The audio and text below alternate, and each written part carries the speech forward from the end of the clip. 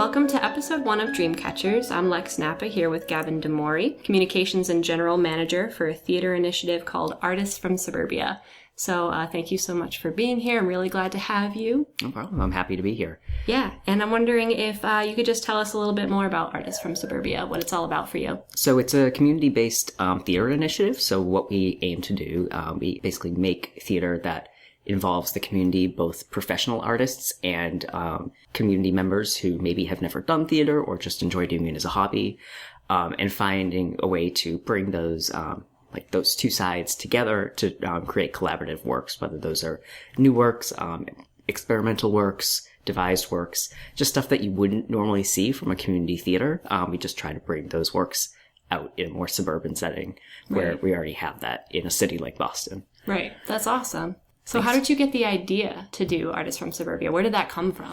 So it kind of came from, it was like a weird thing. It was my co-founder Andrew Child and I, we worked together, he's 3 years younger than me, so he was a freshman when I was a senior in high school. Okay. So we had worked on shows in theater together, and then had continued to, be friends after that, but we had never really worked on a show for a long time. And then I was in my final semester of college, and he goes to Brandeis, and they have a mid-year program where they don't start until they start half their class. Okay. So he had this weird semester off. Right. And I was like, well, I'm in my final semester. I didn't have a heavy course load. I was kind of already pretty much set on what I was going to be doing. So I was like, yeah, okay. I don't really have a lot to do. So we were just kind of joking, oh, we should start a community theater and just do some sort of thing. And then he went off and just applied for a grant through the East Bridgewater Cultural Council to do a production of Roald Dahl's The Witches, but with puppets and, multimedia technology and stuff like that, projections, and doing a totally different adaptation of it. So that's how we got started, really, was looking to do stuff in terms of more experimental theater, but still keeping it somewhat family friendly. Right. And then after that, that's kind of when we segued into, we were kind of okay, that was a good way to start doing the family production because it got people in, but we were okay, well, what makes us different than other community theaters on the South Shore? Mm-hmm. Because there are so many. We're we don't want to just be okay, we're another one that's just, popping up and whatever. We're not doing anything different. We wanted to really think about how we were serving community. Right. So that's when we started to look more into working with marginalized communities, making sure that we were bringing new works, making sure that we were being an inclusive community theater, because we didn't always see that, making sure that we were accessible to people with disabilities. So we do open captioning at all of our events. We're also trying to incorporate ASL interpretation at some of them. Wow. So just making sure that we are always mindful and always working towards just being more inclusive and bringing out stories that aren't usually heard, and making sure that audiences and actors and directors and artists can work with us in that sense. So, right. But we kind of started more traditional community theater, just kind of testing the waters, and now we're seeing that people are interested in the theater being more than that. That sounds really cool. And it sounds Thanks. in Boston, we need so much more of that. Yeah. Because right now we do, like you said, we have a really strong arts community, Mm-hmm. but there's not as big of a focus on inclusivity as I think I would like to see. And I think a lot of other people in the community, it's a craving. It's out there. People really want it. So Yeah. It's awesome that you're kind of taking it in that direction. I think that's really cool. Yeah, and that's what we kind of found too, was that people wanted there to be a more inclusive theater, but people would say that and then wouldn't actually do anything to really make sure that happened. Yeah. So with our current, we're doing a one-act play festival in June. So what we're doing right now is making sure that all of those pieces are either written by people who are from marginalized communities or have some sort of theme going along with, representing someone from a marginalized community, whether that's a person of color, somebody with a disability, Right. Somebody from the LGBTQ community.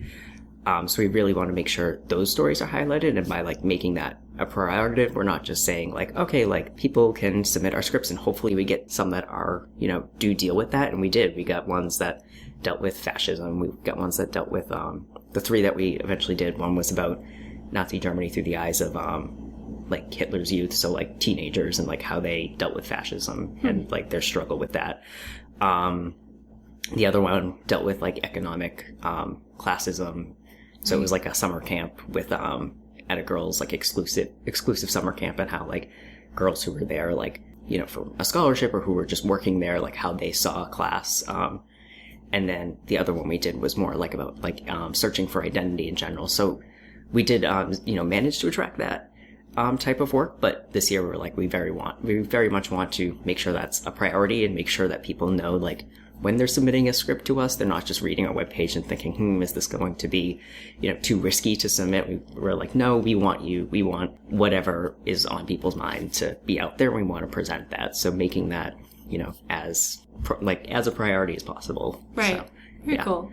So have you always been interested in theater? Like, take me back. Okay. Yeah. So, I actually wanted to be a theater major. Okay. I didn't, because I realized that I didn't really want to do it as a career. I guess like my first exposure to theater was, I don't know, I did theater in like middle school and stuff, but I really started to get into it in high school. That's when I started doing some directing, doing some assistant directing. I was involved with the company theater in Norwell. Mm-hmm. So I did tech there. I did a lot. I was their spotlight operator for a little bit. So, you know, for their summer shows and stuff like that, just working on their tech team. Yeah. What was it about theater that drew you to it? Yeah. So, I think a lot of it actually has to do with the inclusivity of it, which I still is why I get drawn to it, especially for the LGBTQ community. So I'm trans and I'm also gay. And I found, you know, at the time when I was in high school, I identified as like a lesbian, and like, it's the most open space I ever found for that kind of stuff. Yeah. Like, you know, I'd be going into a rehearsal and like, you almost just started assuming that everybody there was like gay or queer or on some sort of like somewhere in the spectrum. It was like almost weird if you weren't. Yeah. Or, I mean, almost everyone was like an ally of some sort, because mm-hmm. you'd basically be like exiled if you weren't. You'd be like, what are you thinking? Yeah. So just the fact that it was so open to queer people was kind of what drew me in, and what still draws me in, because it's like, you know, any place I've worked in a theater, it's like there's always just that general like, you know, liberalism and progressiveness, and even if it's not as progressive as it needs to be sometimes, like there's those seeds there. You never have to, I don't know, you never really have to worry about going in and like being surrounded by a bunch of like really staunch conservatives. Like, there's always going to be that drive to do better through art. Yeah. So that's really what drew me in, was the progressiveness. Yeah, and it's like a built-in community too. Yeah, like it's you go in, and it's pretty much across the country. You go to, I don't know, my high school theater, like it was a very like safe community, a welcoming community. It's like no matter who you were, you belonged.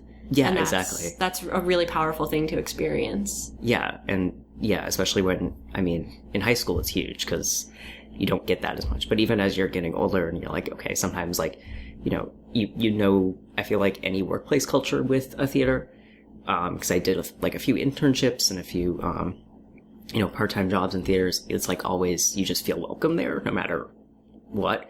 Right. So it's odd when you go and work someplace else and you don't have that, and you're like, oh, like that's not standard. Like in a theater, it just is. So, yeah, that's what keeps me coming back, even though now I'm a public relations grad student, so I'm looking to work more.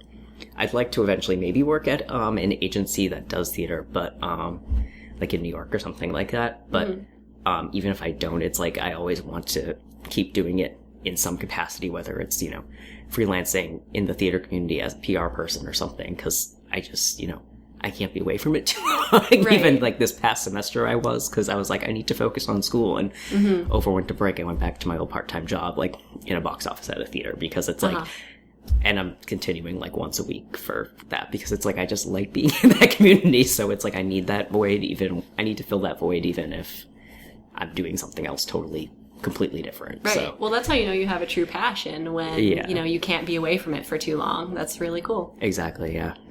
So your initiative started kind of as a joke between you and the co-founder, but he went and applied for a grant. Yeah. So how did he know to do that? What was the process like? I wasn't really in charge of applying for the grant for the first time, but do you know how he found it, or? Yeah, it's just so basically the Mass Cultural Council. Each town in Massachusetts has a local cultural council. So some of them are bigger. You know, like Boston, obviously, like the city of Boston has like huge resources, or any of the greater Boston area. They tend to get larger budgets. Yeah. Like East Bridgewater isn't that much, but it's basically there for people to either do like a community project or, sometimes it's to fund school projects, field trips and those kind of things. Right. So I don't know how he found out about it because I'd never heard of this before. Yeah. And just applied for it. And with a smaller town, a lot of times, like, there aren't as many people applying for grants. So it kind of just, that's kind of how I think we sort of rolled into it, was the fact that, East Bridgewater, like the Bridgewaters and where we are in general on the South Shore, like they're all very small suburban towns. So it's kind of like when somebody has an idea, people tend to get excited about it because usually there aren't any, like, there's not always people who are like, okay, let's start this like huge thing. So, right. It's also a town with a more conservative bent, right? Yeah. So, or the South Shore in general tends Right. to be more conservative. So, which makes it interesting because as we're trying to push that envelope of being a bit more progressive, you do have to be careful of, are you alienating your audience? Because it's like, you want to push your audience to a certain extent and you want them to make sure that you're not just making them comfortable. We want to make sure that people are thinking, okay, like, is this person you voted for really the person you should have voted for? Is this political climate what you really want? Yeah. At the same time, we don't want to just be like, okay, like if you're conservative, we don't want you here. It's like, no, we want you to come and listen to these stories and these voices because that's how we're going to build empathy. So yeah, it's kind of an interesting place to be, especially where the arts are usually considered more liberal. But we're lucky where we've had a lot of people who really want to get involved with that and really want to find that space where they can get the word out in a place that isn't maybe quite as progressive as, Boston or other cities, Right. Taking it. Because I feel like sometimes when you see a show in Boston, it can be a bit of an echo chamber because the theater community is already so liberal, which, I mean, it's great that we're doing that and getting those voices out, but it's rare that you see like true conservatives at, a liberal show in Boston. So I think what we're doing kind of helps that. We're bridging that gap of making sure that, community theater isn't just, showcasing, a musical from the 1950s without changing it in some way to make us think about issues. It's doing that and taking something that we think of that is pretty safe, like community theater, and making sure that there's still that bend of, okay, we need to actually think about the issues that are affecting our communities still. Right. So, yeah. So challenging the audience and, opening them up to a different perspective without alienating them. That sounds like a huge challenge, but it's so needed. Yeah. Very cool. Any exciting projects coming up or events coming up with artists from Suburbia that you want to let kind of the Boston community know about? So we are right now, we just announced our Suburban Summer Theater Surge, which is going to be happening from June to July. So there's 3 projects involved with it. The first one is our second annual evening of one-act plays. So that's at the East Bridgewater Library. So that's where we're calling it Unheard Melodies. So really trying to focus on either works by marginalized communities, marginalized people, or works that deal with those kind of issues. So right now we're taking submissions from people from Massachusetts, any area of Massachusetts, and then what we do is we do like 2 or 3 weeks of rehearsals, getting that all together. So our auditions are on May 15th, and those are pretty much open to the community and happen on the South Shore, pretty much in the East Bridgewater area. Okay. The other project is we have a new play that we commissioned by a playwright named Alex Moon that we worked with last year, who's actually in high school, but like he's a very, very amazing playwright. And you're like, where did this kid come from? He's like a child prodigy. That's awesome. I mean, ageism is a thing. Yeah. So and you're like, great. wow, like he wrote us the play about Nazi Germany and youth, Hitler Youth, and basically how they thought of the world. And we read it and we were like, whoa, like, we didn't think this would come from a sophomore in high school, and lo and behold. Right. It's amazing what you can find. That's very cool. So now he's writing us a new play, which we're gonna do through 3 workshops. So we're gonna have 3 different performances that are gonna be staged readings. Right now we know one of them is at the Ames Free Library in Easton, and one will be at Owling Dog Art Gallery in Bridgewater. We're still figuring out where the third one's gonna be. Okay. And then those are, we're gonna invite the community to come in, and there's going to be a talk back afterwards, so that for each one, the playwright gets feedback and they get to learn how they're going to if you come to all three of them, you can basically see how the play progresses. So it's like a community written, community workshopped new play. So it's kind of, I don't know, I think it's different than what a lot of workshops are like, because usually it's just the playwright, the actors, and, a director or something like that. But we're actually, and then, there's a staged reading maybe, but like there's no usually audience interaction after that then you get to see where that goes. Yeah. So we're kind of bringing the audience and the community into the process as a way to be like, hey, if you don't have the time commitment to be an actor in this or to workshop with us, at least you can, come to this and get your voice heard, and maybe the playwright and the actors will incorporate some of your feedback. Yeah. And then the final project we're doing a Little Princess at the Fuller Craft Museum in Brockton. So that's going to be sort of going back to our idea of family-friendly community theater, but also, it's a story that looks at xenophobia and a lot of heavier issues that typically are kind of left out from, like, it's a well-known novel, but those issues can sometimes be glossed over. So we're trying to, with this adaptation, really bring that out. Right. And make sure that that's a highlight of it. And we're doing that through different sound effects, different multimedia effects, and